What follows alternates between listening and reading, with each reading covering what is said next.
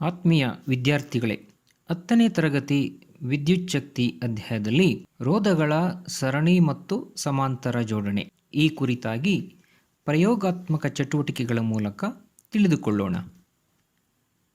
ರೋಧಗಳ ಸರಣಿ ಜೋಡಣೆಯಲ್ಲಿ 3 ರೋಧಕಗಳು R1, R2 ಮತ್ತು R3 ರೋಧವನ್ನು ಕ್ರಮವಾಗಿ ಹೊಂದಿದ್ದು ಅವುಗಳನ್ನು ಒಂದರ ತುದಿಯಿಂದ ಇನ್ನೊಂದರ ತುದಿಗೆ ಸೇರಿಸುವ ಮೂಲಕ ಜೋಡಿಸಲಾಗಿದೆ. ಇಲ್ಲಿ ರೋಧಕಗಳನ್ನು ಸರಣಿ ಕ್ರಮದಲ್ಲಿ ಸಂಪರ್ಕಿಸಲಾಗಿದೆ. ವಿವಿಧ ಮೌಲ್ಯಗಳನ್ನು ಹೊಂದಿರುವಂತಹ 3 ರೋಧಕಗಳನ್ನು ಸರಣಿ ಕ್ರಮದಲ್ಲಿ ಜೋಡಿಸಿ ಅವುಗಳನ್ನು ಶುಷ್ಕ ಕೋಶ, ಅಮ್ಮೀಟರ್, ವೋಲ್ಟ್ ಮೀಟರ್ ಮತ್ತು ಪ್ಲಗ್ ಕೀಯೊಂದಿಗೆ ಚಿತ್ರದಲ್ಲಿರುವಂತೆ ಸಂಪರ್ಕಿಸಲಾಗಿದೆ. ಅಮ್ಮೀಟರ್ ಮತ್ತು ಶುಷ್ಕ ಕೋಶ ಪ್ಲಗ್ ಕೀಗಳನ್ನು ಸರಣಿ ಕ್ರಮದಲ್ಲೂ ವೋಲ್ಟ್ ಮೀಟರನ್ನು ಸಮಾಂತರವಾಗಿ ಜೋಡಿಸಿದೆ. ರೋಧಗಳ ಸರಣಿ ಜೋಡಣೆ ಕುರಿತಾಗಿ ಪ್ರಯೋಗದೊಂದಿಗೆ ಇನ್ನಷ್ಟು ತಿಳಿದುಕೊಳ್ಳೋಣವೇ?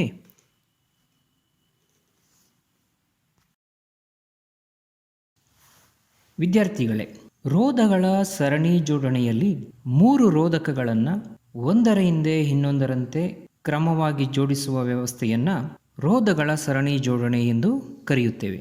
ಈ ಪ್ರಯೋಗ ಚಟುವಟಿಕೆಯಲ್ಲಿ 1 ಓಮ್, 2 ಓಮ್ ಮತ್ತು 3 ಓಮ್ ರೋಧಗಳುಳ್ಳಂತಹ ರೋಧಕಗಳನ್ನು 6 ವೋಲ್ಟ್ ವಿಭವಾಂತರವುಳ್ಳ ಬ್ಯಾಟರಿಯೊಂದಿಗೆ ಪ್ಲಗ್ ಕೀ ಜೊತೆಯಲ್ಲಿ ಸರಣಿ ಕ್ರಮದಲ್ಲಿ ಜೋಡಿಸಲಾಗಿದೆ. 3 ರೋಧಕಗಳು ಸರಣಿ ವಿಧಾನದಲ್ಲಿ ಜೋಡಿಸಲ್ಪಟ್ಟಿದೆ. ಈ ರೋಧಗಳ ತುದಿಗಳ ನಡುವಿನ ವಿಭವಾಂತರವನ್ನು ಪರೀಕ್ಷಿಸಲು ವೋಲ್ಟ್ ಮೀಟರನ್ನು ಪ್ರತಿ ರೋಧದ ತುದಿಗಳಿಗೆ ಸಮಾಂತರವಾಗಿ ಜೋಡಿಸಿ ದಾಖಲಿಸಿಕೊಂಡಾಗ 1 ವೋಲ್ಟ್ ವಿಭವಾಂತರವನ್ನು ಮೊದಲನೇ ರೋಧದಲ್ಲಿ ಹಾಗೂ ಎರಡನೇ ರೋಧದಲ್ಲಿ 2 ವೋಲ್ಟ್ ವಿಭವಾಂತರವನ್ನು ತೋರಿಸುತ್ತಿದೆ. ಹಾಗೆಯೇ ಮೂರನೇ ರೋಧದ ನಡುವಿನ ವಿಭವಾಂತರವನ್ನು ವೋಲ್ಟ್ ಮೀಟರನ್ನು ಸಮಾಂತರವಾಗಿ ಜೋಡಿಸಿದಾಗ ನಮಗೆ 3 ವೋಲ್ಟ್ ವಿಭವಾಂತರವನ್ನು ನೀಡುತ್ತಿರುವುದು ಕಂಡುಬರ್ತಾ ಇದೆ. ಹಾಗೆ 3 ರೋಧಗಳ ವಿಭವಾಂತರವನ್ನು ನಾವು ನೋಡಿದಾಗ 6 ವೋಲ್ಟ್ ವಿಭವಾಂತರವನ್ನು ತೋರಿಸುತ್ತಿದೆ. ನಾವು ಅಳವಡಿಸಿದಂತಹ ಬ್ಯಾಟರಿ ಕೂಡ 6 ವೋಲ್ಟ್ ಇರುವುದನ್ನು ನೀವು ಗಮನಿಸಬಹುದು. ಪ್ರತಿ ರೋಧಕಗಳಲ್ಲಿ ಹರಿಯುತ್ತಿರುವಂತಹ ವಿದ್ಯುತ್ ಪ್ರವಾಹವನ್ನು ಅಮ್ಮೀಟರನ್ನು ಸರಣಿ ಕ್ರಮದಲ್ಲಿ ಜೋಡಿಸುವುದರೊಂದಿಗೆ ದಾಖಲಿಸಬಹುದು.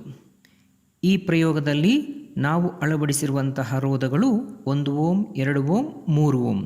ಆದರೆ ಅಮ್ಮೀಟರ್ ನಮಗೆ ಎಲ್ಲ ಬಿಂದುಗಳಲ್ಲೂ ಕೂಡ 1 ಆಂಪಿಯರ್ನಷ್ಟು ವಿದ್ಯುತ್ ಪ್ರವಾಹವನ್ನು ತೋರಿಸುತ್ತಿದೆ. ಹಾಗೆಯೇ ಮತ್ತೊಮ್ಮೆ ನಾವು ಸರಣಿ ಕ್ರಮದಲ್ಲಿ ಅಮ್ಮೀಟರ್ನ ಜೋಡಿಸಿ ದಾಖಲಿಸಿಕೊಳ್ಳೋಣ. ಅಮ್ಮೀಟರನ್ನು ಸರಣಿ ಕ್ರಮದಲ್ಲಿ ಜೋಡಿಸಿ ವಿದ್ಯುತ್ ಪ್ರವಾಹವನ್ನು ನೋಡಿದಾಗ ಇಲ್ಲಿಯೂ ಸಹ ನಮಗೆ 1 ಆಂಪಿಯರ್ನಷ್ಟು ವಿದ್ಯುತ್ ಪ್ರವಾಹ ಹರಿಯುತ್ತಿರುವುದು ಕಂಡುಬರ್ತಾ ಇದೆ. ಒಟ್ಟಾರೆ ಸರಣಿ ಜೋಡಣೆಯಲ್ಲಿ ಸರಣಿ ವಿಧಾನದಲ್ಲಿ ನಾವು ರೋಧಗಳನ್ನು ಜೋಡಿಸಿದಾಗ ವಿಭವಾಂತರವು ಪ್ರತಿ ರೋಧಗಳಿಗೆ ವಿಭಿನ್ನವಾಗಿರುತ್ತದೆ ಹಾಗೂ ವಿದ್ಯುತ್ ಪ್ರವಾಹ ಎಲ್ಲ ಬಿಂದುಗಳಲ್ಲೂ ಕೂಡ ಒಂದೇ ರೀತಿಯಾಗಿರೋದನ್ನು ನಾವು ಈ ಪ್ರಯೋಗ ಚಟುವಟಿಕೆಯಿಂದ ತಿಳಿದುಕೊಳ್ಳಬಹುದು. ರೋಧಗಳ ಬದಲಿಯಾಗಿ ನಾವು 3 ಬಲ್ಬ್ಗಳನ್ನು ಸರಣಿ ವಿಧಾನದಲ್ಲಿ ಜೋಡಿಸಿಕೊಂಡು ಪ್ರಯೋಗವನ್ನು ಮುಂದುವರಿಸೋಣ. ಮೊದಲನೇ ಬಲ್ಬ್ 1 ಓಮ್, ಎರಡನೇ ಬಲ್ಬ್ 2 ಓಮ್ ಹಾಗೂ ಮೂರನೇ ಬಲ್ಬ್ 3 ಓಮ್ ರೋಧಗಳನ್ನು ಒಳಗೊಂಡಿದ್ದರೆ ಈ ಮಂಡಲದಲ್ಲಿ 6 ವೋಲ್ಟ್ ವಿಭವಾಂತರವುಳ್ಳಂತಹ ಬ್ಯಾಟರಿ ಹಾಗೂ ಪ್ಲಗ್ ಕೀಯನ್ನು ಸರಣಿ ಕ್ರಮದಲ್ಲಿ ಜೋಡಿಸಿಕೊಂಡಿದ್ದೇವೆ. ಈ ಮಂಡಲದಲ್ಲಿ ಪ್ರತಿಯೊಂದು ಬಲ್ಬ್ಗಳ ನಡುವಿನ ವಿಭವಾಂತರವನ್ನು ವೋಲ್ಟ್ ಮೀಟರನ್ನು ಸಮಾಂತರವಾಗಿ ಸಂಪರ್ಕಿಸಿಕೊಳ್ಳುವ ಮೂಲಕ ದಾಖಲಿಸಿಕೊಳ್ಳೋಣ. ಮೊದಲನೇ ಬಲ್ಬು 1 ವೋಲ್ಟ್ ವಿಭವಾಂತರವನ್ನು ತೋರಿಸುತ್ತಿದ್ದರೆ ಎರಡನೇ ಬಲ್ಬ್ 2 ಓಮ್ ರೋಧವುಳ್ಳಂತಹ ಬಲ್ಬ್ 2 ವೋಲ್ಟ್ ವಿಭವಾಂತರವನ್ನು ತೋರಿಸುತ್ತಿದೆ. ಹಾಗೆಯೇ ಮೂರನೇ ಬಲ್ಬ್ನಲ್ಲಿರುವಂಥ ವಿಭವಾಂತರವನ್ನು ದಾಖಲಿಸಿಕೊಳ್ಳುವುದಾದರೆ ಮೂರನೇ ಬಲ್ಬ್ 3 ವೋಲ್ಟ್ ವಿಭವಾಂತರವನ್ನು ತೋರಿಸುತ್ತಿರುವುದನ್ನು ನೀವು ದಾಖಲಿಸಿಕೊಳ್ಳಬಹುದು. ಹಾಗೆಯೇ 3 ಬಲ್ಬ್ಗಳ ನಡುವಿನ ವಿಭವಾಂತರವನ್ನು ನಾವು ನೋಡುವುದಾದರೆ 3 ಬಲ್ಬ್ಗಳ ನಡುವಿನ ವಿಭವಾಂತರ 6 ವೋಲ್ಟ್ ಇರುವುದನ್ನು ನೀವು ಗಮನಿಸಬಹುದು. ಹಾಗೆಯೇ ನಾವು ಒಟ್ಟಾರೆ ಮಂಡಲದಲ್ಲಿ ಅಳವಡಿಸಿದ ಬ್ಯಾಟರಿಯ ವಿಭವಾಂತರವು ಕೂಡ 6 ವೋಲ್ಟ್ ಆಗಿದೆ. ಮಂಡಲದಲ್ಲಿ ಪ್ರತಿಯೊಂದು ಬಿಂದುಗಳಲ್ಲಿ ಹರಿಯುತ್ತಿರುವ ವಿದ್ಯುತ್ ಪ್ರವಾಹವನ್ನು ಅಮ್ಮೀಟರನ್ನು ಸರಣಿ ಕ್ರಮದಲ್ಲಿ ಜೋಡಿಸಿ ದಾಖಲಿಸಿಕೊಂಡಾಗ ಪ್ರತಿಯೊಂದು ಬಿಂದುಗಳಲ್ಲೂ 1 ಆಂಪೇರ್ನಷ್ಟು ವಿದ್ಯುತ್ ಪ್ರವಾಹ ಇರುವುದನ್ನು ದಾಖಲಿಸಿಕೊಳ್ಳಿ. ಇನ್ನು ನಾವು ಸರಣಿ ಕ್ರಮದ ಜೋಡಣೆಯಲ್ಲಿ ಕೆಲವು ಅನಾನುಕೂಲಗಳಿರುವುದನ್ನು ನಾವು ಗಮನಿಸಬಹುದು. ಅವುಗಳೆಂದರೆ ನಾವು ಒಂದು ಬಲ್ಬನ್ನು ವಿದ್ಯುತ್ ಪ್ರವಾಹ ಹರಿಯುತ್ತಿರುವುದನ್ನು ನಾವು ಸಂಪರ್ಕವನ್ನು ಕಡಿತಗೊಳಿಸೋಣ. ಅಂದರೆ ಒಂದು ಬಲ್ಬ್ ಸಂಪರ್ಕದಿಂದ ಕಡಿತಗೊಂಡಾಗ ಉಳಿದ 2 ಬಲ್ಬ್ಗಳು ಕಾರ್ಯನಿರ್ವಹಿಸದೇ ಇರುವುದನ್ನು ನೀವು ಗಮನಿಸಬಹುದು. ಹಾಗೆಯೇ ಎರಡನೇ ಬಲ್ಬನ್ನು ನೀವು ಸಂಪರ್ಕವನ್ನು ಕಡಿತಗೊಳಿಸಿದಾಗ ಮೊದಲ ಮತ್ತು ಮೂರನೇ ಬಲ್ಬ್ ಯಾವುದೇ ರೀತಿ ಕಾರ್ಯಚಟುವಟಿಕೆಯನ್ನು ಮಾಡ್ತಾ ಇಲ್ಲ. ಹಾಗೆಯೇ ಮೂರನೇ ಬಲ್ಬನ್ನು ಕೂಡ ನಾವು ಸ್ಥಗಿತಗೊಳಿಸಿದಾಗ ಮೊದಲೆರಡು ಬಲ್ಬ್ಗಳು ಯಾವುದೇ ರೀತಿಯ ಕಾರ್ಯವನ್ನು ನಿರ್ವಹಿಸುತ್ತಿಲ್ಲ. ಅಂದರೆ ಮಂಡಲದಲ್ಲಿ ಯಾವುದಾದರೂ ಒಂದು ಬಲ್ಬ್ ಕಾರ್ಯನಿರ್ವಹಿಸದೆ ಹೋದರೆ ಉಳಿದಂತಹ ವಿದ್ಯುತ್ ಉಪಕರಣಗಳು ಕಾರ್ಯನಿರ್ವಹಿಸದೆ ಹೋಗಬಹುದು. ಇದೊಂದು ಅನಾನುಕೂಲ ಆಗಿದೆ. ಹಾಗೆಯೇ ಈ ಮಂಡಲಗಳಲ್ಲಿ ಹರಿಯುತ್ತಿರುವಂತಹ ವಿದ್ಯುತ್ ಪ್ರವಾಹವನ್ನು ನೋಡಿದಾಗ ಪ್ರತಿಯೊಂದು ಬಿಂದುಗಳಲ್ಲೂ ಕೂಡ ಏಕರೂಪದ ವಿದ್ಯುತ್ ಪ್ರವಾಹ ಹರಿತಾ ಇದೆ. ಅಂದರೆ ಇಲ್ಲಿ 1 ಆಂಪೇರ್ನಷ್ಟು ವಿದ್ಯುತ್ ಪ್ರವಾಹ ಹರಿತಾ ಇದೆ. ಈ ರೀತಿ ಆದಲ್ಲಿ ನಾವು ಗೃಹ ಬಳಕೆಯ ವಿದ್ಯುತ್ ಅಥವಾ ವಾಣಿಜ್ಯ ಬಳಕೆಯ ವಿದ್ಯುತ್ ಮಂಡಲಗಳಲ್ಲಿ ಒಂದೇ ರೀತಿಯ ವಿದ್ಯುತ್ ಪ್ರವಾಹ ಹರಿಯುತ್ತಿದ್ದರೆ ಬೇರೆ ಬೇರೆ ವಿಭಿನ್ನ ಸಾಮರ್ಥ್ಯವುಳ್ಳಂತಹ ವಿದ್ಯುತ್ ಉಪಕರಣಗಳು ಕಾರ್ಯನಿರ್ವಹಿಸದೆ ಹೋಗಬಹುದು. ಹಾಗಾಗಿ ಸರಣಿ ವಿಧಾನವು ಅನಾನುಕೂಲತೆಯಿಂದ ಕೂಡಿದೆ.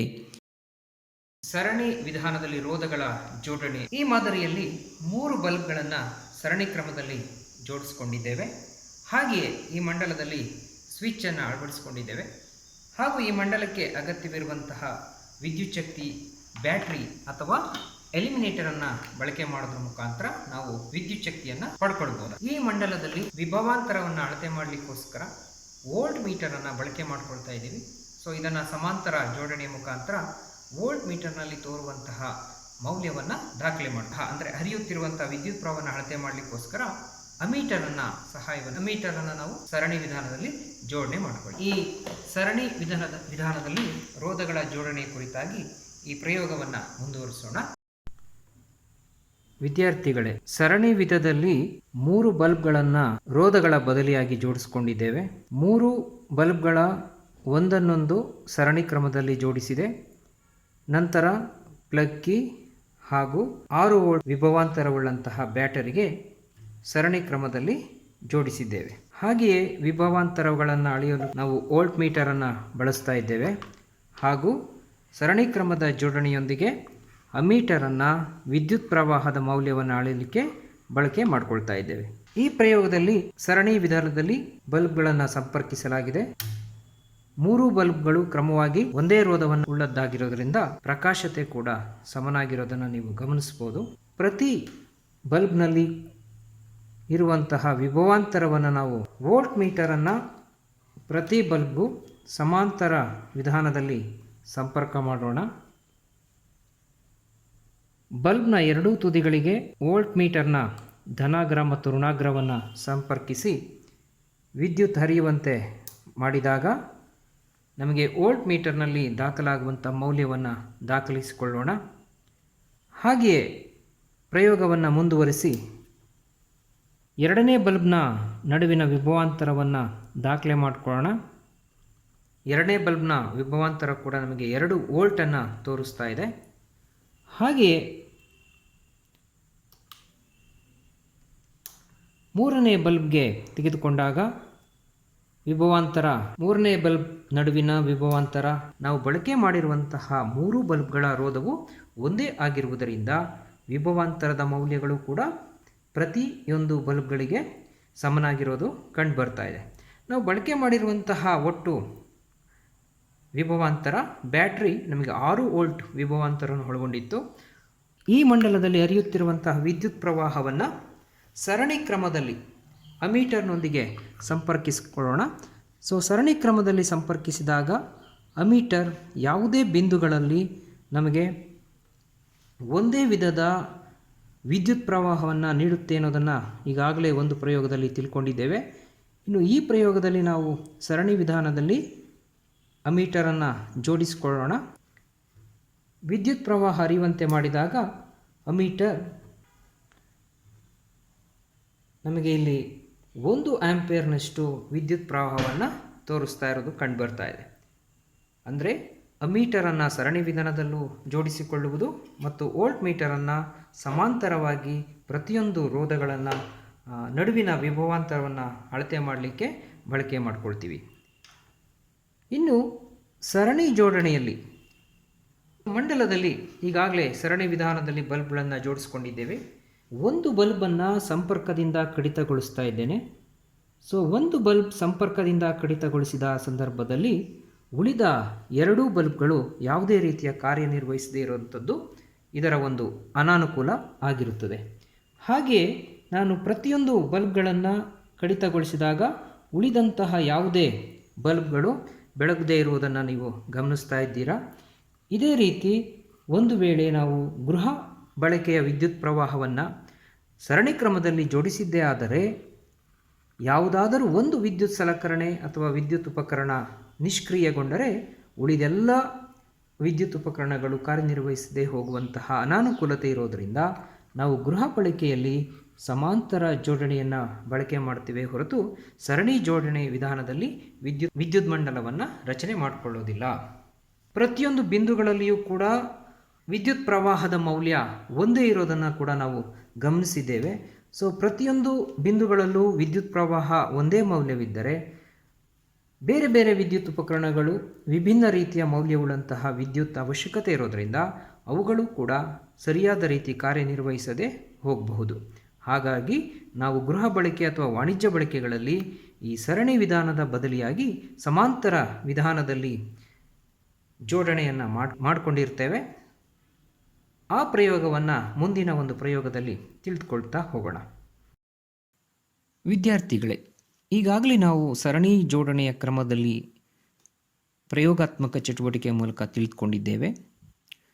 ಈಗ ರೋಧಗಳ ಸಮಾಂತರ ಜೋಡಣೆ 3 ರೋಧಕಗಳ ರೋಧ ಕ್ರಮವಾಗಿ R1, R2 ಮತ್ತು R3ಗಳನ್ನು XYನಲ್ಲಿ ಸಮಾಂತರವಾಗಿ ಸಂಯೋಜಿಸಿದೆ. ಈ ರೀತಿ ಜೋಡಿಸುವ ಕ್ರಮವನ್ನು ನಾವು ರೋಧಗಳ ಸಮಾಂತರ ಜೋಡಣೆ ಎಂದು ಕರೆಯಬಹುದು.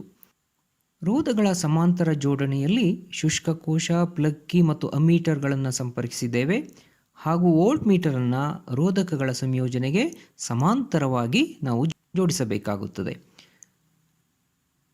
ಶುಷ್ಕಕೋಶ, ಪ್ಲಗ್ ಕೀ, ಅಮ್ಮೀಟರ್ಗಳು ಸರಳಿ ಕ್ರಮದಲ್ಲಿದ್ದರೆ ವೋಲ್ಟ್ ಮೀಟರ್ ಸಮಾಂತರವಾಗಿ ಜೋಡಿಸಲ್ಪಟ್ಟಿರುತ್ತದೆ.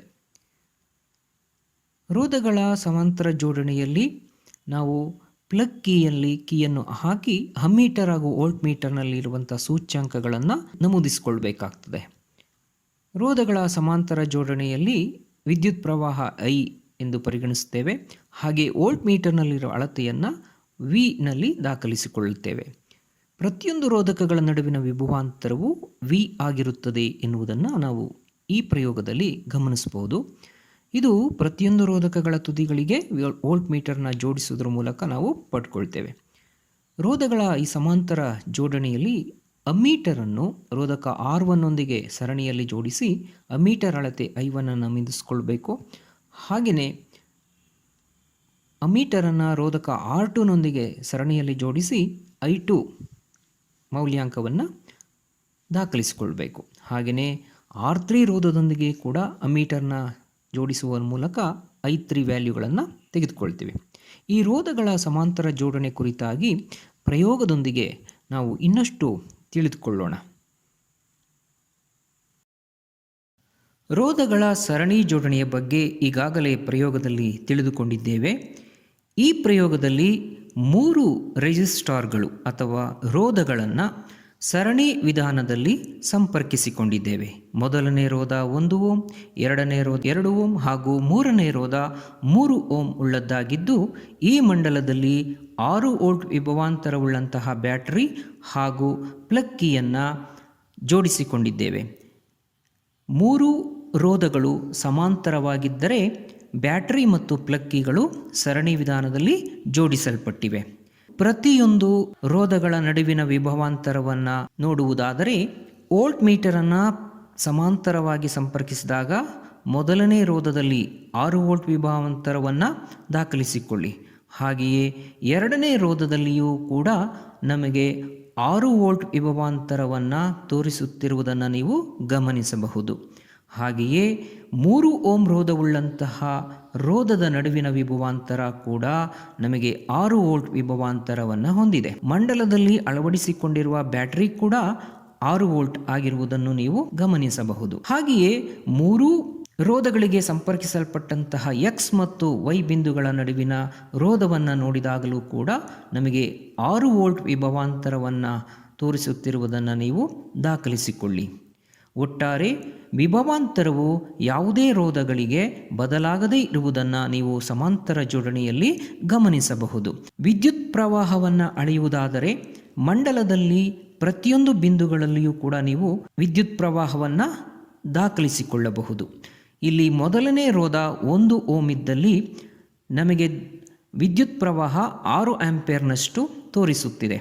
ಹಾಗೆಯೇ ಎರಡನೇ ರೋಧ 2 ಓಮ್ಗಳಾಗಿದ್ದು ಅಲ್ಲಿ ಹರಿಯುತ್ತಿರುವಂತಹ ವಿದ್ಯುತ್ತು 3 ಆಂಪಿಯರ್ ಹಾಗೂ 3 ಓಮ್ ರೋಧದಲ್ಲಿ ಹರಿಯುತ್ತಿರುವ ವಿದ್ಯುತ್ ಪ್ರವಾಹ 2 ಆಂಪಿಯರ್ನಷ್ಟು ಅಮ್ಮೀಟರ್ ತೋರಿಸುತ್ತಿರುವುದನ್ನು ನೀವು ಗಮನಿಸಬಹುದು. ಸಮಾಂತರ ಜೋಡಣೆಯಲ್ಲಿ ಪ್ರತಿಯೊಂದು ರೋಧಗಳು ವಿಭಿನ್ನವಾದ ವಿದ್ಯುತ್ ಪ್ರವಾಹವನ್ನು ಬಳಕೆ ಮಾಡಿಕೊಳ್ಳುವುದನ್ನು ನೀವು ಇಲ್ಲಿ ಗಮನಿಸಬಹುದು. 3 ರೋಧಗಳು ಸಂಪರ್ಕಿಸುವ ಬಿಂದುವಿನಲ್ಲಿ ಒಟ್ಟು ವಿದ್ಯುತ್ ಪ್ರವಾಹ ವಿಭಜನೆಯಾಗುವುದನ್ನು ನೀವು ಗಮನಿಸಬಹುದು. ನಾವು ಮತ್ತೊಮ್ಮೆ ಸರಣಿ ವಿಧಾನದಲ್ಲಿ ಅಮ್ಮೀಟರ್ನ ಸಂಪರ್ಕಿಸಿದಾಗ ಇಲ್ಲಿ ದೊರೆಯುತ್ತಿರುವಂತಹ ವಿದ್ಯುತ್ ಪ್ರವಾಹ ಬಾಹ್ಯಮಂಡಲದಲ್ಲಿ ನಮಗೆ 11 ಆಂಪಿಯರ್ನಷ್ಟಿದ್ದರೆ ರೋಧಗಳ ನಡುವೆ ವಿದ್ಯುತ್ ಪ್ರವಾಹ ವಿಭಿನ್ನವಾಗಿರುವುದನ್ನು ನೀವು ಗಮನಿಸಬಹುದು. ಆ 3 ಬಲ್ಬ್ಗಳನ್ನು ಪ್ರಯೋಗದಲ್ಲಿ ಸಮಾಂತರವಾಗಿ ಜೋಡಿಸಿಕೊಂಡಿದ್ದೇವೆ. ಈ ಜೋಡಣೆಯನ್ನು ನಾವು ಸಮಾಂತರ ಜೋಡಣೆ ಎಂದು ಕರೆಯಬಹುದು. 1 ಓಮ್, 2 ಓಮ್ ಹಾಗೂ 3 ಓಮ್ ರೋಧಗಳುಳ್ಳಂತಹ ವಿಭಿನ್ನ ಸಾಮರ್ಥ್ಯದ ವಿದ್ಯುತ್ ಬಲ್ಬ್ಗಳನ್ನು ನಾವು ಸಮಾಂತರ ಜೋಡಣೆಯಲ್ಲಿ ಜೋಡಿಸಿಕೊಂಡಿದ್ದೇವೆ. ಹಾಗೂ ಈ ಮಂಡಲದಲ್ಲಿ 6 ವೋಲ್ಟ್ ವಿಭವಾಂತರವುಳ್ಳಂತಹ ಬ್ಯಾಟರಿ ಹಾಗೂ ಪ್ಲಗ್ ಕೀಯನ್ನು ಸರಣಿ ಕ್ರಮದಲ್ಲಿ ಜೋಡಿಸಿದ್ದೇವೆ. ಬಲ್ಬ್ಗಳು ಸಮಾಂತರ ಜೋಡಣೆಯಲ್ಲಿದ್ದರೆ ಬ್ಯಾಟರಿ ಮತ್ತು ಪ್ಲಗ್ ಕೀಗಳು ಸರಣಿ ಜೋಡಣೆಯನ್ನು ನೀವು ಗಮನಿಸಬಹುದು.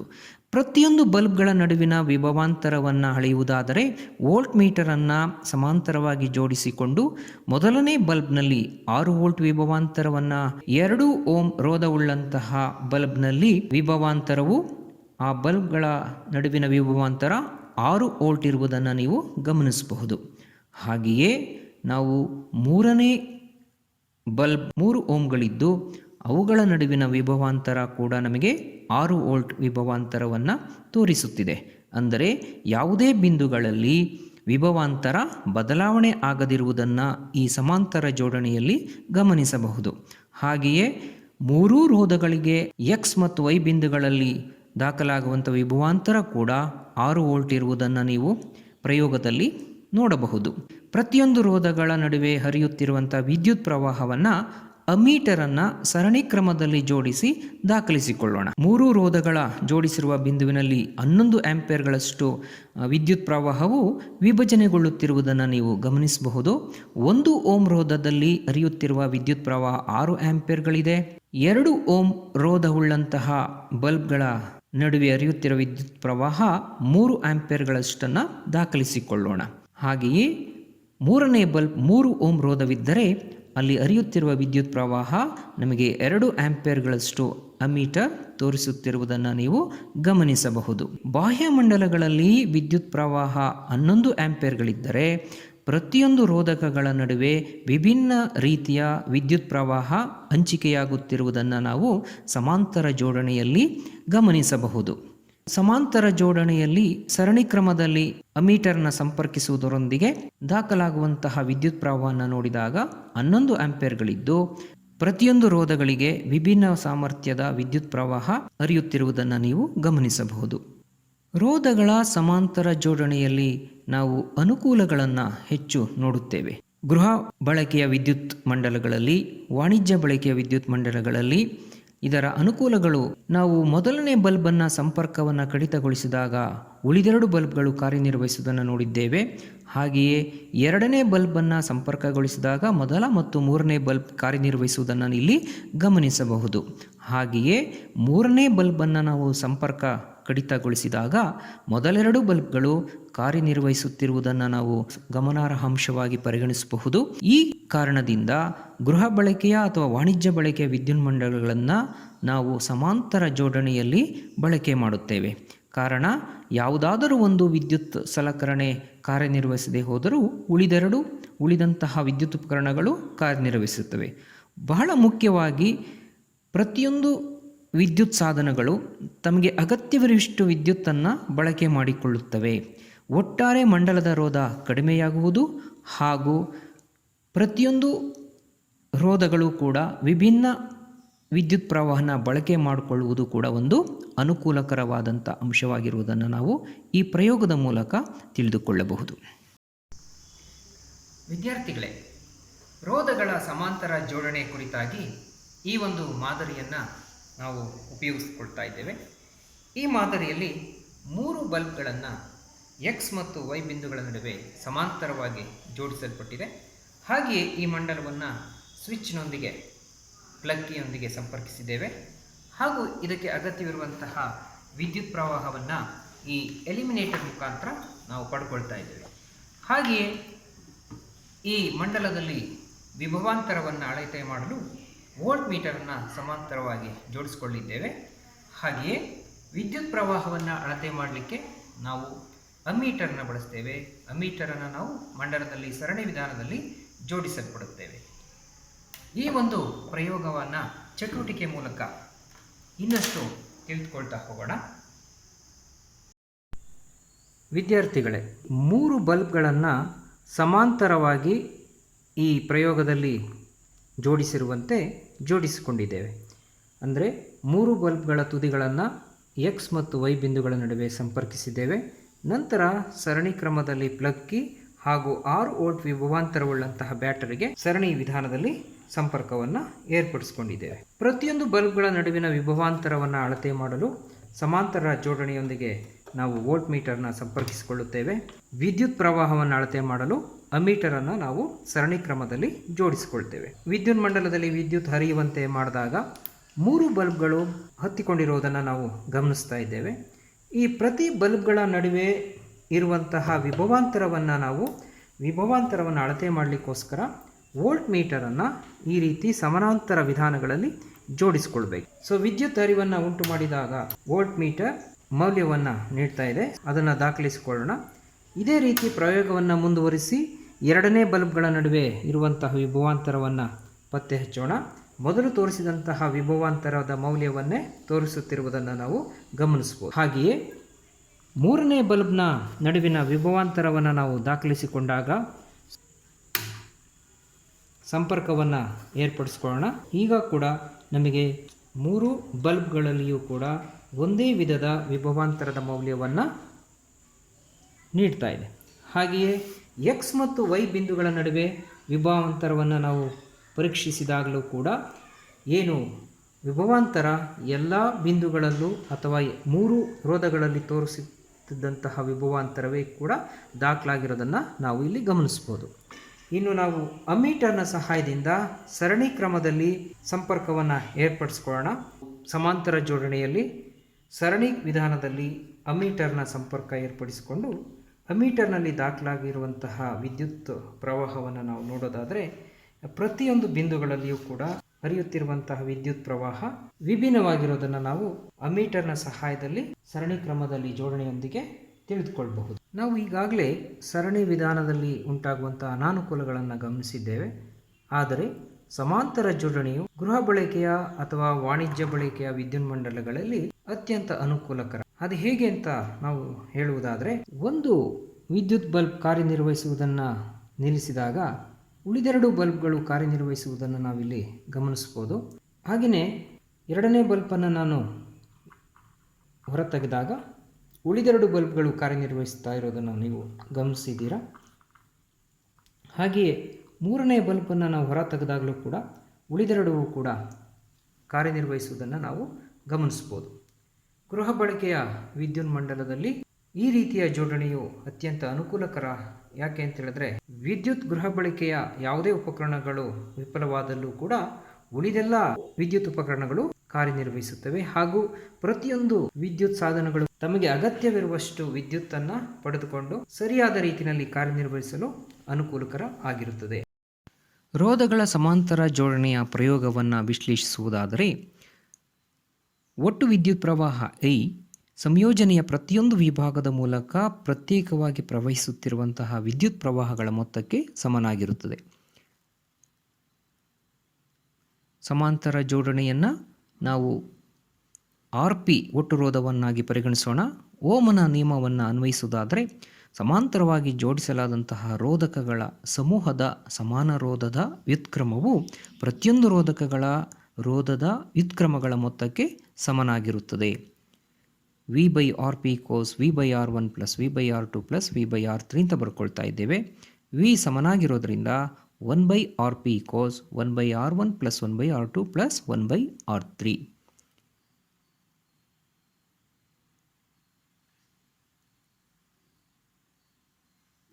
ಸಮಾಂತರ ಜೋಡಣೆಯಲ್ಲಿ ನಾವು ಲಭ್ಯವಾದಂಥ ಮೌಲ್ಯವನ್ನು ಓಮನ ನಿಯಮದಲ್ಲಿ ನೋಡಿದಾಗ, ಹಾಗಾಗಿ 1/RP = 1/1 ಓಮ್ + 1/2 ಓಮ್ + 1/3 ಓಮ್ ಅನ್ನು ನಾವು ಸಂಕ್ಷೇಪಿಸಿದಾಗ ಒಟ್ಟಾರೆ ಸಮಾಂತರ ಜೋಡಣೆಯಲ್ಲಿ ಲಭ್ಯವಾಗುವಂತಹ ರೋಧವು 1/RP = 11/6 ಓಮ್, ಅಥವಾ ಅದನ್ನು ಸಂಕ್ಷೇಪಿಸಿದಾಗ ನಾವು ಸಿಗುವಂಥದ್ದು 0.54 ಓಮ್ ಆಗಿರುತ್ತದೆ.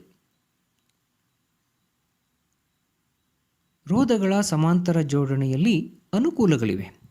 ಅವುಗಳನ್ನು ನೋಡೋದಾದರೆ, ಸಮಾಂತರ ಮಂಡಲವು ವಿದ್ಯುತ್ ಉಪಕರಣಗಳ ಮೂಲಕ ವಿದ್ಯುತ್ ಪ್ರವಾಹವನ್ನು ವಿಭಜಿಸುತ್ತದೆ. ಸಮಾಂತರ ಮಂಡಲದಲ್ಲಿ ಒಟ್ಟು ರೋಧವು ಸಮೀಕರಣದ ಪ್ರಕಾರ ಕಡಿಮೆಯಾಗುತ್ತದೆ. ನಾವು ಪರಿಗಣಿಸಿದಂತಹ 1 ಓಮ್ ಮತ್ತು 2 ಓಮ್ ಮತ್ತು 3 ಓಮ್ಗಳನ್ನು ನೋಡಿದಾಗ ಒಟ್ಟಾರೆ ರೋಧ ನಮಗೆ 0.54 ಓಮ್ ಬಂದಿರೋದನ್ನು ಪ್ರಯೋಗದಲ್ಲಿ ತಿಳ್ಕೊಂಡಿದ್ದೇವೆ. ನಿರ್ದಿಷ್ಟವಾಗಿ ಪ್ರತಿಯೊಂದು ವಿದ್ಯುತ್ ಉಪಕರಣವು ವಿಭಿನ್ನ ರೋಧವನ್ನು ಹೊಂದಿರುವಾಗ ಮತ್ತು ಸರಿಯಾಗಿ ಕಾರ್ಯನಿರ್ವಹಿಸಲು ವಿಭಿನ್ನ ವಿದ್ಯುತ್ ಪ್ರವಾಹದ ಅಗತ್ಯವಿರುವಂತಹ ಸಂದರ್ಭಗಳಲ್ಲಿ ರೋಧಗಳ ಸಮಾಂತರ ಜೋಡಣೆ ಸಹಾಯಕವಾಗಿರುತ್ತದೆ. ಗೃಹೋಪಯೋಗಿ ವಿದ್ಯುತ್ ಮಂಡಲಗಳು ಹಾಗೂ ಎಲ್ಲ ವಿವಿಧ ವಾಣಿಜ್ಯ ಉಪಯೋಗ ವಿದ್ಯುತ್ ಮಂಡಲಗಳಲ್ಲಿ ಸಮಾಂತರ ಜೋಡಣೆಯು ಅನುಕೂಲಕರವಾಗಿರುವುದನ್ನು ನಾವು ಗಮನಿಸ್ತೇವೆ.